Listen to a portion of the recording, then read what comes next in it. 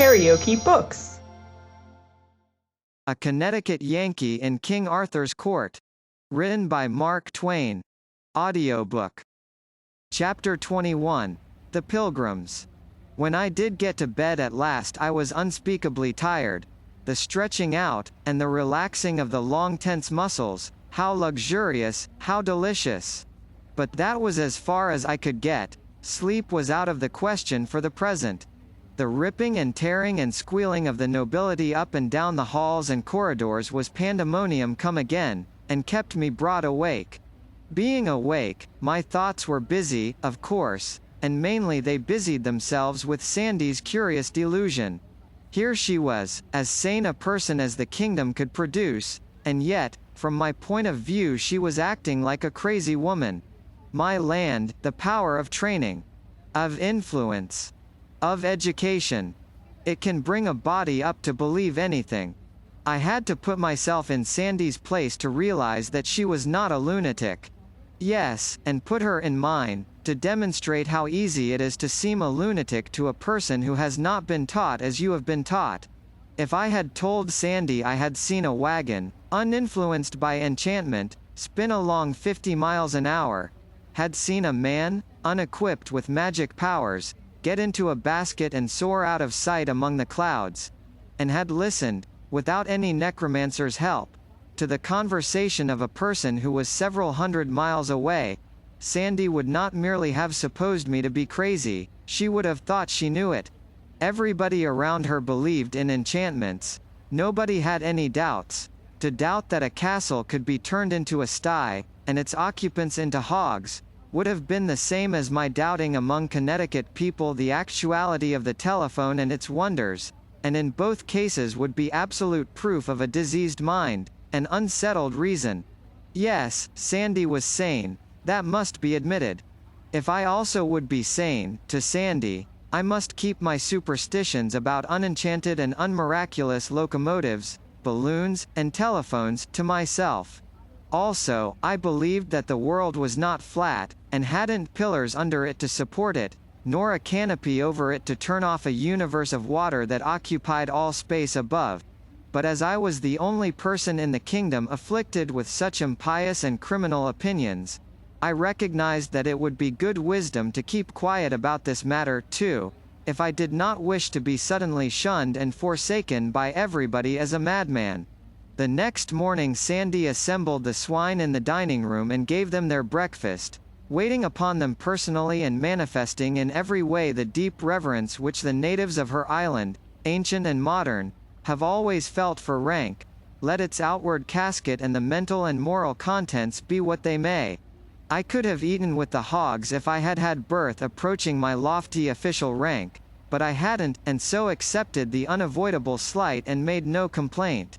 Sandy and I had our breakfast at the second table. The family were not at home. I said, "How many are in the family, Sandy, and where do they keep themselves?" "Family? Yes." "Which family, good my lord?" "Why, this family, your own family."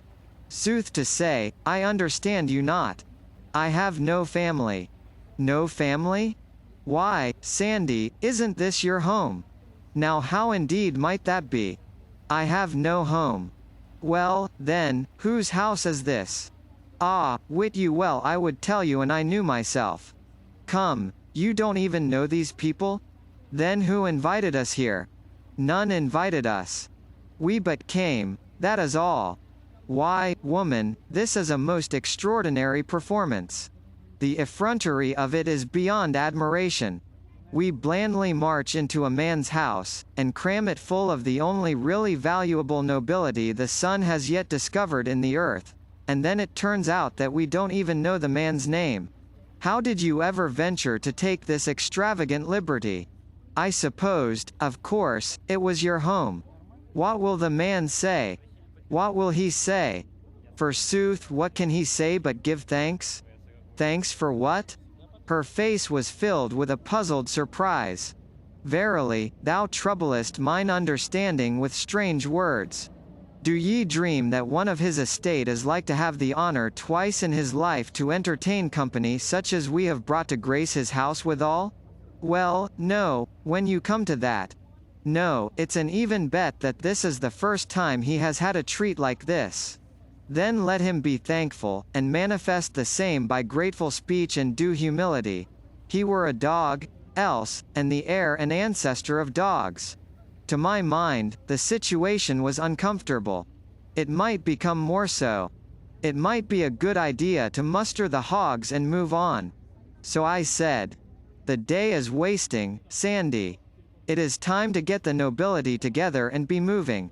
Wherefore, fair sir and boss, we want to take them to their home, don't we? But list to him. They be of all the regions of the earth. Each must hie to her own home. When do we might do all these journeys in one so brief life as he hath appointed that created life, and thereto death likewise with help of Adam, who by sin done through persuasion of his helpmeet, she being wrought upon and bewrayed by the beguilements of the great enemy of man, that serpent hight Satan, aforetime consecrated and set apart unto that evil work by overmastering spite and envy begotten in his heart through fell ambitions that did blight and mildew a nature erst so white and pure when eso it hove with the shining multitudes its brethren born in glade and shade of that fair heaven wherein all such as native be to that rich estate and Great Scott! My lord? Well, you know we haven't got time for this sort of thing. Don't you see, we could distribute these people around the earth in less time than it is going to take you to explain that we can't. We mustn't talk now, we must act. You want to be careful, you mustn't let your mill get the start of you that way, at a time like this. To business now, and sharp's the word. Who is to take the aristocracy home? Even their friends. These will come for them from the far parts of the earth. This was lightning from a clear sky, for unexpectedness, and the relief of it was like pardon to a prisoner. She would remain to deliver the goods, of course.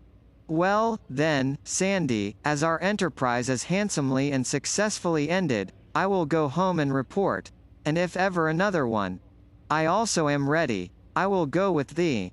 This was recalling the pardon. How? You will go with me? Why should you? Will I be traitor to my knight, dost think? That were dishonor. I may not part from thee until in knightly encounter in the field some overmatching champion shall fairly win and fairly wear me. I were to blame and I thought that that might ever hap. Elected for the long term, I sighed to myself. I may as well make the best of it. So then I spoke up and said, all right, let us make a start. While she was gone to cry her farewells over the pork, I gave that whole peerage away to the servants. And I asked them to take a duster and dust around a little where the nobilities had mainly lodged and promenaded, but they considered that that would be hardly worth while, and would moreover be a rather grave departure from custom, and therefore likely to make talk. A departure from custom, that settled it. It was a nation capable of committing any crime but that. The servants said they would follow the fashion, a fashion grown sacred through immemorial observance. They would scatter fresh rushes in all the rooms and halls, and then the evidence of the aristocratic visitation would be no longer visible. It was a kind of satire on nature. It was the scientific method, the geologic method. It deposited the history of the family in a stratified record, and the antiquary could dig through it and tell by the remains of each period what changes of diet the family had introduced successively for 100 years. The first thing we struck that day was a procession of pilgrims. It was not going our way, but we joined it, nevertheless, for it was hourly being borne in upon me now, that if I would govern this country wisely, I must be posted in the details of its life, and not at second hand, but by personal observation and scrutiny. This company of pilgrims resembled Chaucer's in this, that it had in it a sample of about all the upper occupations and professions the country could show, and a corresponding variety of costume.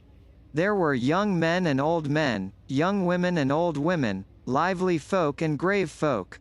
They rode upon mules and horses, and there was not a side saddle in the party, for this specialty was to remain unknown in England for 900 years yet. It was a pleasant, friendly, sociable herd. pious, happy, merry and full of unconscious coarsenesses and innocent indecencies. What they regarded as the merry tale went the continual round and caused no more embarrassment than it would have caused in the best English society 12 centuries later. Practical jokes worthy of the English wits of the first quarter of the far-off 19th century were sprung here and there and yonder along the line, and compelled the delightedest applause. And sometimes when a bright remark was made at one end of the procession and started on its travels toward the other, you could note its progress all the way by the sparkling spray of laughter it threw off from its bows as it ploughed along, and also by the blushes of the mules in its wake. Sandy knew the goal and purpose of this pilgrimage, and she posted me. She said, "They journey to the Valley of Holiness, for to be blessed of the godly hermits and drink of the miraculous waters and be cleansed from sin. Where is this watering place? It lieth a 2-day journey hence, by the borders of the land that hight the Cuckoo Kingdom. Tell me about it. Is it a celebrated place? Oh, of a truth, yes. There be none more so. Of old time there lived there an abbot and his monks. Belike were none in the world more holy than these, for they gave themselves to study of pious books, and spoke not the one to the other, or indeed to any, and ate decayed herbs and not thereto, and slept hard, and prayed much, and washed never. Also they wore the same garment until it fell from their bodies through age and decay. Right so came they to be known of all the world by reason of these holy austerities, and visited by rich and poor, and reverenced. Proceed. But always there was lack of water there. Whereas, upon a time, the holy abbot prayed, and for answer a great stream of clear water burst forth by miracle in a desert place. Now were the fickle monks tempted of the fiend, and they wrought with their abbot unceasingly by beggings and beseechings that he would construct a bath, and when he was become a weary and might not resist more, he said, Have ye your will, then, and granted that they asked. Now mark thou what 'tis to forsake the ways of purity the which he loveth, and wanton with such as be worldly and an offence. These monks did enter into the bath and come thence washed as white as snow, and lo, in that moment his sign appeared, in miraculous rebuke. For his insulted waters ceased to flow, and utterly vanished away. They fared mildly, Sandy, considering how that kind of crime is regarded in this country. Belike. But it was their first sin, and they had been of perfect life for long, and differing in naught from the angels. Prayers, tears, torturings of the flesh, all was vain to beguile that water to flow again. Even processions, even burnt offerings, even votive candles to the Virgin, did fail every each of them, and all in the land did marvel. How odd to find that even this industry has its financial panics, and at times sees its assignats and greenbacks languish to zero, and everything come to a standstill. Go on, Sandy. And so upon a time, after year and day, the good abbot made humble surrender and destroyed the bath. And behold, his anger was in that moment appeased, and the waters gushed richly forth again, and even unto this day they have not ceased to flow in that generous measure. Then I take it nobody has washed since. He that would essay it could have his halter free. Yes, and swiftly would he need it, too. The community has prospered since? Even from that very day. The fame of the miracle went abroad into all lands. From every land came monks to join, they came even as the fishes come, in shoals, and the monastery added building to building, and yet others to these, and so spread wide its arms and took them in. And nuns came, also, and more again, and yet more, and built over against the monastery on the yon side of the vale, and added building to building, until mighty was that nunnery. And these were friendly unto those, and they joined their loving labors together, and together they built a fair great foundling asylum midway of the valley between. You spoke of some hermits, Sandy. These have gathered there from the ends of the earth. A hermit thriveth best where there be multitudes of pilgrims. Ye shall not find no hermit of no sort wanting. If any shall mention a hermit of a kind he thinketh new and not to be found but in some far strange land, let him but scratch among the holes and caves and swamps that line that valley of holiness, and whatsoever be his breed, it skills not, he shall find a sample of it there. I closed up alongside of a burly fellow with a fat good-humored face, purposing to make myself agreeable and pick up some further crumbs of fact, but I had hardly more than scraped acquaintance with him when he began eagerly and awkwardly to lead up, in the immemorial way, to that same old anecdote, the one Sir Dinadan told me, what time I got into trouble with Sir Sagramore and was challenged of him on account of it. I excused myself and dropped to the rear of the procession, sad at heart, willing to go hence from this troubled life, this vale of tears, this brief day of broken rest, of cloud and storm, of weary struggle and monotonous defeat, and yet shrinking from the change, as remembering how long eternity is, and how many have wended thither who know that anecdote. Early in the afternoon we overtook another procession of pilgrims, but in this one was no merriment, no jokes, no laughter, no playful ways, nor any happy giddiness, whether of youth or age. Yet both were here, both age and youth, grey old men and women, strong men and women of middle age, young husbands, young wives, little boys and girls, and 3 babies at the breast. Even the children were smileless. There was not a face among all these 100 people but was cast down, and bore that set expression of hopelessness which is bred of long and hard trials and old acquaintance with despair. They were slaves. Chains led from their fettered feet and their manacled hands to a sole leather belt about their waists, and all except the children were also linked together in a file 6 feet apart, by a single chain which led from collar to collar all down the line. They were on foot, and had tramped 300 miles in 18 days, upon the cheapest odds and ends of food, and stingy rations of that. They had slept in these chains every night, bundled together like swine.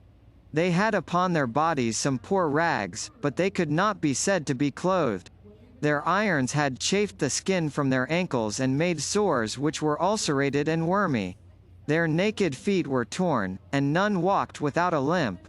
Originally there had been 100 of these unfortunates, but about half had been sold on the trip. The trader in charge of them rode a horse and carried a whip with a short handle and a long heavy lash divided into several knotted tails at the end. With this whip he cut the shoulders of any that tottered from weariness and pain, and straightened them up. He did not speak, the whip conveyed his desire without that. None of these poor creatures looked up as we rode along by, they showed no consciousness of our presence. And they made no sound but one. That was the dull and awful clank of their chains from end to end of the long file, as 43 burdened feet rose and fell in unison. The file moved in a cloud of its own making. All these faces were grey with a coating of dust. One has seen the like of this coating upon furniture in unoccupied houses, and has written his idle thought in it with his finger. I was reminded of this when I noticed the faces of some of those women, young mothers carrying babes that were near to death and freedom, how a something in their hearts was written in the dust upon their faces, plain to see, and Lord, how plain to read! For it was the track of tears. One of these young mothers was but a girl, and it hurt me to the heart to read that writing, and reflect that it was come up out of the breast of such a child, a breast that ought not to know trouble yet, but only the gladness of the morning of life, and no doubt. She reeled just then, giddy with fatigue, and down came the lash and flicked a flake of skin from her naked shoulder. It stung me as if I had been hit instead. The master halted the file and jumped from his horse. He stormed and swore at this girl, and said she had made annoyance enough with her laziness, and as this was the last chance he should have, he would settle the account now. She dropped on her knees and put up her hands and began to beg, and cry, and implore, in a passion of terror, but the master gave no attention. He snatched the child from her, and then made the men slaves who were chained before and behind her throw her on the ground and hold her there and expose her body. And then he laid on with his lash like a madman till her back was flayed, she shrieking and struggling the while piteously. One of the men who was holding her turned away his face, and for this humanity he was reviled and flogged. All our pilgrims looked on and commented on the expert way in which the whip was handled. They were too much hardened by lifelong everyday familiarity with slavery to notice that there was anything else in the exhibition that invited comment. This was what slavery could do, in the way of ossifying what one may call the superior lobe of human feeling. For these pilgrims were kind-hearted people, and they would not have allowed that man to treat a horse like that. I wanted to stop the whole thing and set the slaves free, but that would not do. I must not interfere too much and get myself a name for riding over the country's laws and the citizens' rights roughshod. If I lived and prospered, I would be the death of slavery, that I was resolved upon, but I would try to fix it so that when I became its executioner it should be by command of the nation. Just here was the wayside shop of a smith, and now arrived a landed proprietor who had bought this girl a few miles back, deliverable here where her irons could be taken off. They were removed. Then there was a squabble between the gentleman and the dealer as to which should pay the blacksmith. The moment the girl was delivered from her irons, she flung herself, all tears and frantic sobbings, into the arms of the slave who had turned away his face when she was whipped. He strained her to his breast, and smothered her face and the child's with kisses, and washed them with the rain of his tears. I suspected. I inquired. Yes, I was right, it was husband and wife. They had to be torn apart by force. The girl had to be dragged away, and she struggled and fought and shrieked like one gone mad till a turn of the road hid her from sight. And even after that, we could still make out the fading plaint of those receding shrieks. And the husband and father, with his wife and child gone, never to be seen by him again in life? Well, the look of him one might not bear at all, and so I turned away, but I knew I should never get his picture out of my mind again, and there it is to this day, to wring my heartstrings whenever I think of it. We put up at the inn in a village just at nightfall, and when I rose next morning and looked abroad, I was where a knight came riding in the golden glory of the new day, and recognized him for knight of mine, Sir Ozana le Cure Hardy. He was in the gentleman's furnishing line, and his mission-airing specialty was plug hats. He was clothed all in steel, in the beautifulest armor of the time, up to where his helmet ought to have been, but he hadn't any helmet, he wore a shiny stovepipe hat, and was ridiculous a spectacle as one might want to see. It was another of my surreptitious schemes for extinguishing knighthood by making it grotesque and absurd.